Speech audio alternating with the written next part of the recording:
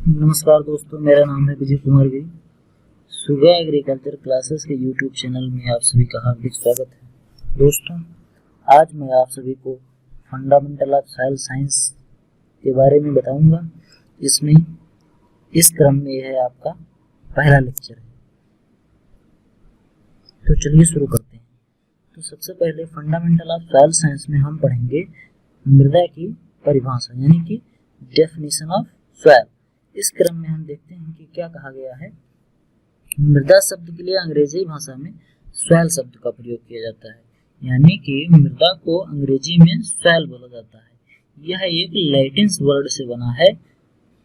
और Latin word कौन सा? यह एक लैटिन वर्ड सोलम से बना है। ठीक, सोलम। सोलम का अर्थ क्या होता है? फर्श, यानी कि फ्लोर। कहने का तात्पर्य यह है कि मृदा लैटिन भाषा के सोलम शब्द से बना है, जिसका अर्थ होता है फर्श या फ्लोर, यानी कि पृथ्वी की ऊपरी भूपृष्ठ पर जितने जो मिट्टी पाई जाती है उसी को हम मृदा कहते हैं। पृथ्वी के भूपट्टी पर सबसे ऊपरी परत को हम मिट्टी कहते हैं। जनरल टर्म में हम कह सकते हैं कि पृथ्वी की ऊपरी पट्टी को हम भूपट्टी या मिट्टी कहते हैं। ठीक, अरस्तु के अनुसार मृदा पौधों का उदर होती है। According to Aristotle, soil are the stomach of plant. अरस्तु के अनुसार मृदा पौधों का उदर है। जिस तरह से पूरे न्यूट्रिएंट के रिक्वायरमेंट हमारे शरीर के पूरे न्यूट्रिएंट की रिक्वायरमेंट उदर पेट में खाना पचने के बाद पूरी होती है, ठीक उसी प्रकार पौधे अपने उपयोग के लिए जितने भी न्यूट्रिएंट की आवश्यकता होती है वह केवल सॉइल से लेते हैं। इसीलिए अरस्तु ने मृदा को पौधों का उदर कहा है। अब इसकी परिभाषा, मृदा एक प्राकृतिक पिंड है। प्राकृतिक पिंड वो इसलिए है क्योंकि इसको किसी ने बनाया नहीं है, यह स्वयं प्रकृति से ही उत्पन्न हुआ है। जो कैसे बना है?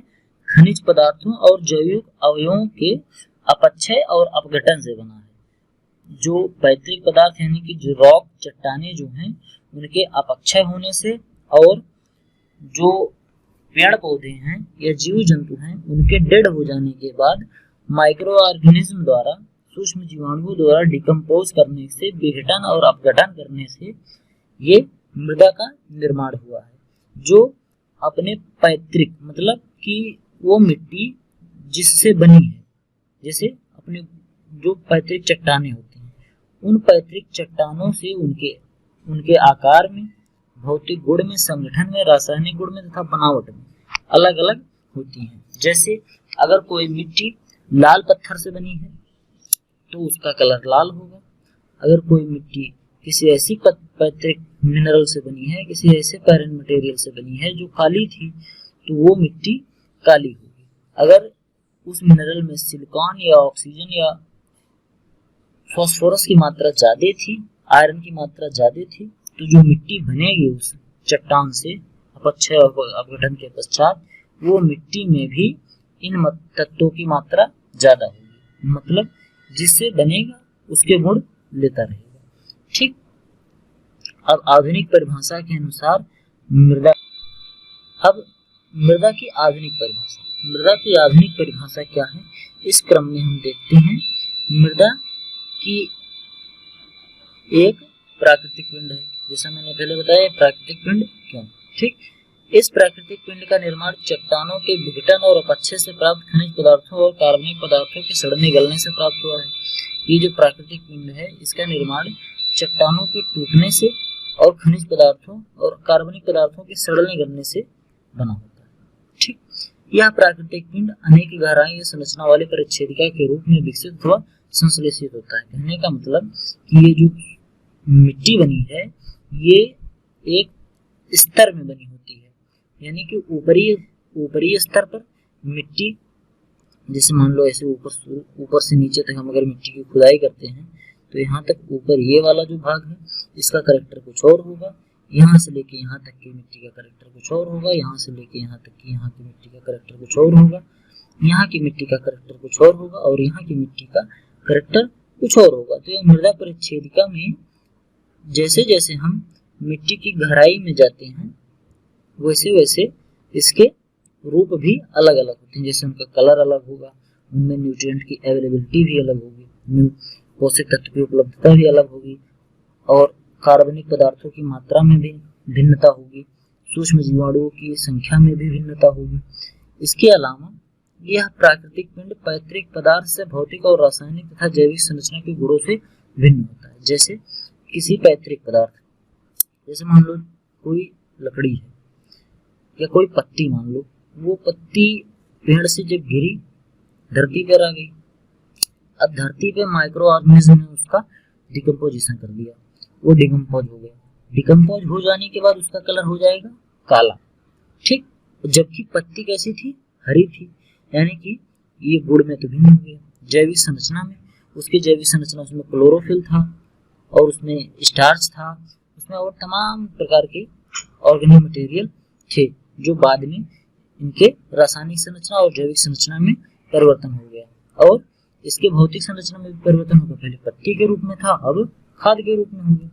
अब फिर अगला क्या है, यह प्राकृतिक पिंड में वायु एवं जल का समावेश होने पर अपने पौधों को यांत्रिक सहायता देता है। ये जो प्राकृतिक पिंड है, यानी कि जो ये मिट्टी है, ये मिट्टी जब इस पे पेड़ पौधे ऐसे उग जाते हैं, तब इनको, ये मिट्टी में उगे हैं तो मिट्टी से इनको सहारा मिलता रहता है। ये मिट्टी से सहारा लेते हैं, इन्हीं से पोषण लेते हैं और तब ये वृद्धि करते हैं। न्यूट्रिएंट की जो इनकी रिक्वायरमेंट होती है पौधों की, ये इसी मिट्टी से पूरी करते हैं, ठीक।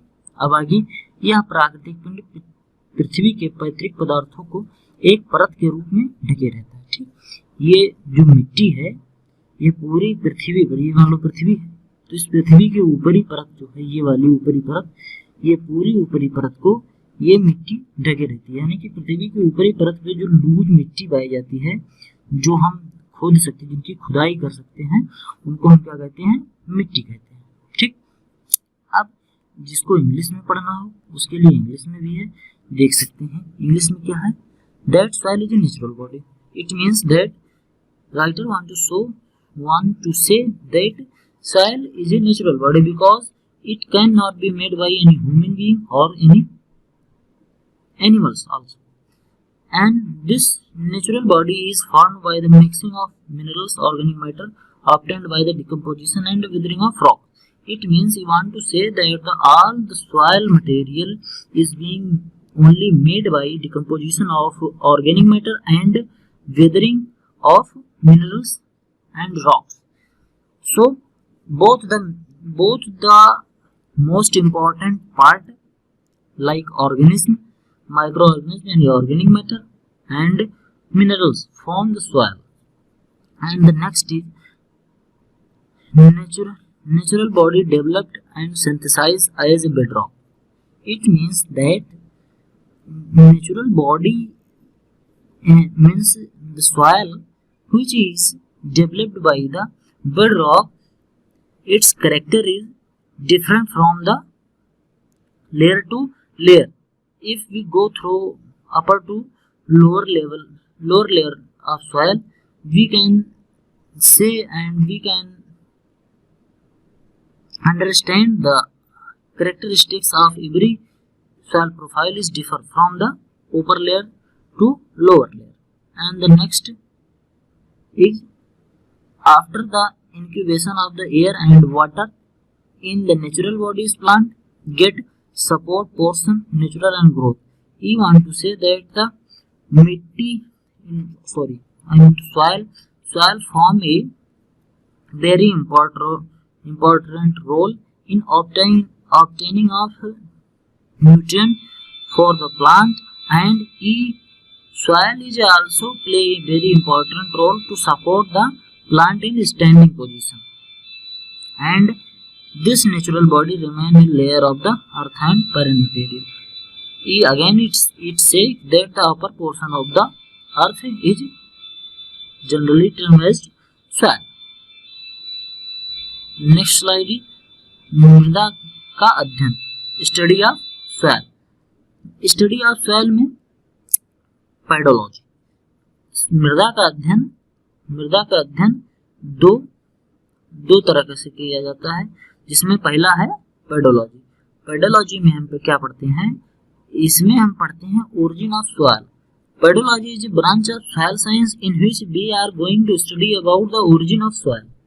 मतलब कि हम पेडोलॉजी के अंतर्गत मृदा की उत्पत्ति कैसे हुई है, इनके पेरेंट मटेरियल कैसे थे, इनके पेरेंट मटेरियल के कैरेक्टरिस्टिक्स कैसे थे, उनके लक्षण कैसे थे, उनके गुण कैसे थे, किस तत्वों की इसमें प्रधानता थी, ये बने कैसे, इनका चट्टान से टूटकर मृदा को बनने में कितना समय लगा, इन सब चीजों के बारे में हम अध्ययन करते हैं पेडोलॉजी।